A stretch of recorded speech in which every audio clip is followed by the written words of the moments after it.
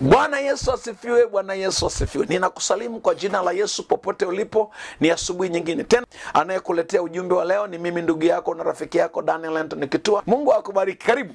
Basi tuombe. Baba, katika jina la Yesu ninakushukuru kwa ajili ya wema wako. Hebu tubariki tunapotaka kutafakari na kusikiliza mafundisho haya. Tusaidie kuelewa kwa jina la Yesu. Amen. Leo tunamalizia kipengele cha mwisho katika hadithi yetu ya bahari. Haleluya, haleluya, haleluya, haleluya. Leo tunamalizia kipengele cha mwisho kabisa katika fundisho letu la bahari. Leo ni kipengele cha 4, kinatukumbusha uwezo wa kujifundisha kutokana na makosa ya kwanza. Haleluya. Inatukumbusha uwezo wa kujifunza kutokana na makosa yetu ya kwanza ama changamoto tulizopitia. Watu wengi wanaendelea kubaki walipo kwa sababu hawatumii changamoto wanazokutana nazo kama fursa ya kuanza mpya. Kama kuna fundisho zuri duniani ni makosa. Makosa ni mwalimu mzuri, kwa maana Waswahili wanasema kupotea njia, haleluya, haleluya, sio chanzo cha kutokufika unapokwenda.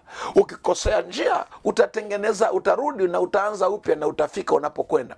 Aliyogundua hizi balbu za ndani alifanya majaribio karibia mara 1000.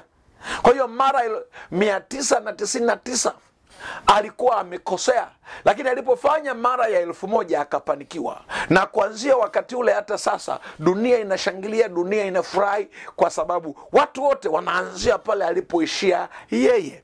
Kwa hiyo kukosea si kosa, ila kurudia kosa ndiye kosa.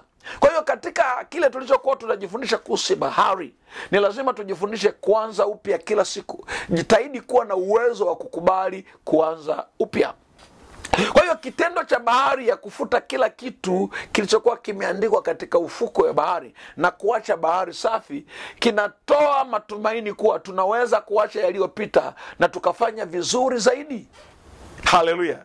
Una uwezo wa kufuta kila cha zamani na ukaanza kufanya vizuri zaidi. Mungu amekukusudia wewe ufanye vizuri zaidi. Kwa hiyo kwa mfano kuna dhana ya ukiukaji wa haki za kibinadamu. Haleluya, haleluya. Hizo zana za ukiukaji za haki za kibinadamu zina mitazamo mingi sana, na kila mmoja anaweza akautazama kwa jinsi yake. Kwa mfano katika dini, haleluya, kuna watu wengine wanawake wanaonekana sio kitu, lakini kuna watu wengine wanawake wamewapa fursa, wanaweza wakafanya vitu fulani.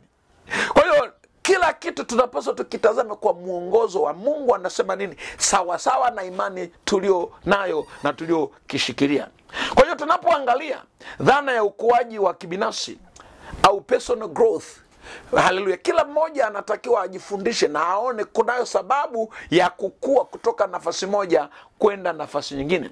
Kwa hiyo hii dhana ya ukuaji wa kibinafsi au personal growth inasisitiza kuwa makosa ni fursa ya kujifundisha na kubadilika. Makosa ni fursa ya kujifundisha na kubadilika.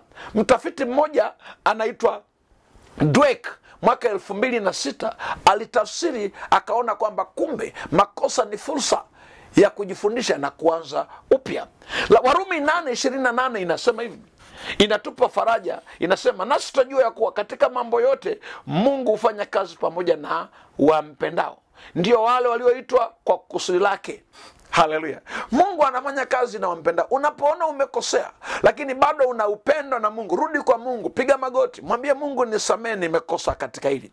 Miongoni mwa mambo yaliyomfanya Daudi akawa, haleluya, akawa mtu wa tofauti, hata Mungu akasema mtu aupendezaye moyo wangu. Haleluya. Samueli anamwambia Sauli kwamba Mungu amejitafutia mtu mwingine ambaye anaupendeza moyo wake. Si kwamba Daudi hakuwa na dhambi. Daudi alikuwa na makorokocho mengi sana. Utakuta wakati mwingine alikuwa anachukua tu wanawake kwa sababu ya tamaa. Wakati mwingine alitoa hukumu za mauaji kinyume na utaratibu. Alikuwa na makorokocho mengi. Ndugu zake wanamuita alikuwa mtukutu, alikuwa mtu mwenye kiburi. Lakini dhana iliyokuwa imejificha kwa Daudi ni kitu hiki kimoja. Alikuwa ni mtu anayejua kuanza upya kila wakati.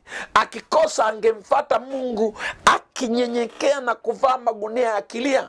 Mfano mzuri ni ile Zaburi ya 51. Anaambia Bwana unirehemu sawa sawa na fadhili zako, kiasi cha wingi wa rehema uyafute makosa yangu yote.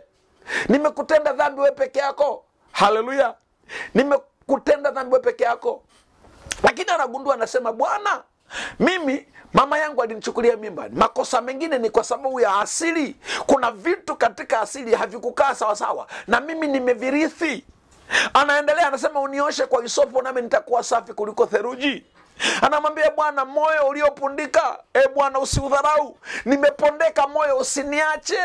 Nimefanya mabaya, usiniache. Lakini ninakuomba uniumbie moyo safi uliotulia ndani yangu. Nipe furaha ya wokovu wako. Haleluya. Daudi huyu anapondeka, anaanguka. Alipokuwa amempa mimba yule Betseba, lakini unaona anarudi, anagaragara, anavaa magunia, hali hanywi siku 7. Mfalme, kwa nini? Alikuwa na moyo wa kutaka kuanza upya.